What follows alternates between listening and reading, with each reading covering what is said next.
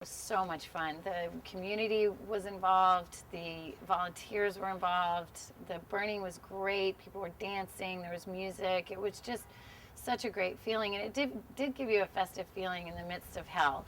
You know, you said, wow, this does feel almost like Christmas or a holiday or something, and it was nice.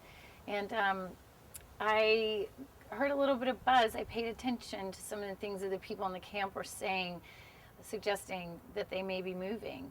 And Plaquemines Parish and St. Bernard's were sort of floating around, suggested, and I really latched on to that immediately, because there was a town that I had been working with in Hancock County that I had a fierce desire to see get some serious help, and I really felt like the Burning Man group would be an amazing match for Pearlington, Mississippi.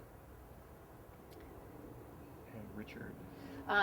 So I approached Richard. I think I approached him that night, but it may have been in a phone call later where I said, you know, are you guys really considering a move out of Biloxi? And he did express to me that they felt like they had sort of reached a standstill where they were, and with the bureaucracy and the politics and the community and everything, and that they were considering a move.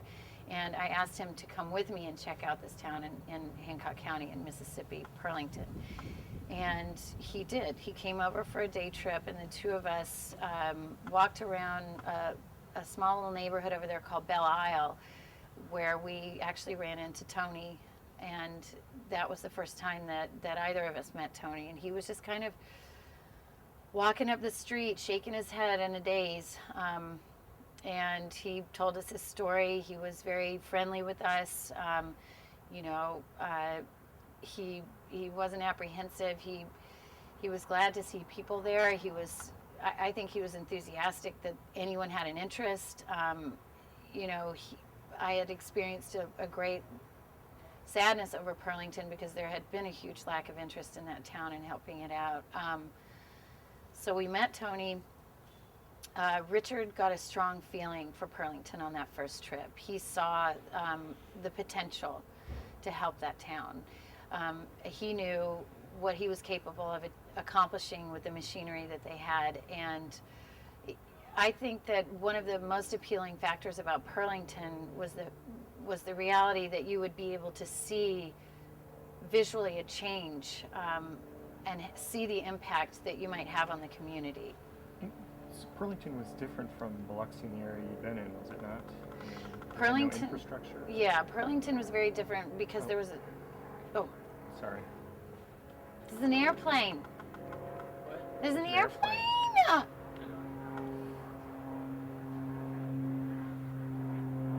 Which you will be flying on tomorrow morning. How are the tits? Pearlington, Mississippi is in Hancock County, and it was one of the areas that was hit by the eye of the storm. So it was dramatically impacted. It was destroyed. Small town, demographics, you know, mixture of a lot of different kind of people. The town itself had a complete and total lack of infrastructure. There were town council members. There was, there were the sheriff, individuals who lived there, but who couldn't really. There weren't many people who could do a lot for Pearlington at that point because they didn't really have a voice. They didn't have a mayor. They weren't incorporated in the same way as other towns in the area, Bay St. Louis or Biloxi, for example. So Pearlington was largely forgotten in a lot of ways.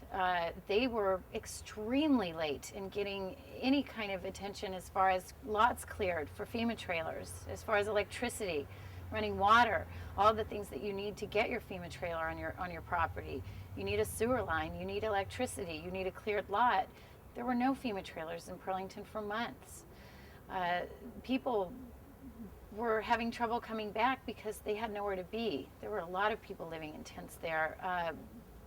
The relief center that was set up at the elementary school there was pretty critical. They were able to feed people, set up shower tents, things like that. But Pearlington was was out there on its own for a long time until Burning Man arrived, in my opinion, for sure. So you guys showed up, but it wasn't like all rosy because then some depression set in, right? Yeah, well, they showed up. The Burner, do I call them Burning Man Group or Burners Without Borders, or what do we need? Okay. And then you talk about Richard. Oh, Richard? Then a group. Okay. Talk about Richard's personal, Okay. what he told you. Gotcha. Pillow talk. Good. Pillow talk. But nothing personal. But nothing personal. Gotcha. Okay, let's see. What did Richard think when he got there? Okay. I think Richard Scott was. Okay, let's start that again. I think as strong and solid and oh, this is too funny.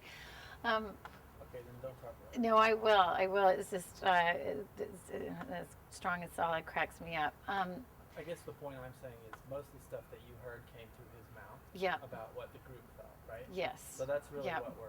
Yeah. After. Yeah. I think Richard Scott was even surprised by what he saw in Pearlington. He had been in Biloxi for a while, but I think Pearlington shook him up in the same way it did everyone else. It was a town in a huge amount of need. And when Richard arrived there, I think he probably felt a little overwhelmed. I think everybody did. And it was a big struggle to get their group onto the slab where they were. It was a lot of work to get supplies, water, all the necessities that they needed, but they pulled it together and did an amazing job. And I think at this point, Richard found himself really, really solidly entrenched in his position of leadership. And I don't know how comfortable he was with that. I don't think that it was because he's not a good leader, not a born leader. I think it was because he went down there with the intention of just being part of the effort, part of helping, part of getting things back together. I don't know that he ever intended to spearhead the whole thing. And I don't know that he ever realized that he would find himself leading a whole group of people from Burning Man and providing the leadership and providing the support to a lot of people as well. I think Richard was someone that everybody leaned on very heavily and depended on. Richard, what are we going to do today? What's our next project? What's going to happen? You know, he was brilliant in putting together these morning meetings that everyone would participate in and sit down and have a discussion and roundtable it and say which is that the direction you want to go, or is it want to get more emotional, or You keep pursuing Richard stuff till you're happy. just keep talking about him? He's going to ask questions for a bit. Yeah, you ask questions, please, because you leaving me to ramble makes me a little uptight, and so I start rambling and doing the same thing everyone does. That's why when you'll see my interview with him, I'm cutting in a lot. It's okay. I'll structure my sentence for Well, we're getting a lot of what we need, and there are some more things, but Okay. At what point Did he burn out, or? well, at what point did it become really important to him to Build Tony's put house? something back? Okay. Okay. After a while, Richard and his machines became this one functioning unit, and it was amazing how quickly he could pull houses down in Pearlington. And they were coming down one after the other, sometimes several in a day. They were incredibly efficient. They were this machine of destruction. Richard, the machines, the volunteers. And I don't think anyone realizes how taxing and exhausting that was for him. And also, I don't think people realize how physically difficult it was. He was exposed to toxins and dust and things coming out of those houses that I think may have a lasting physical impact on him forever. I think it wore him down emotionally, physically, psychologically, to the point where he became exhausted, demoralized, and depressed to a certain degree. And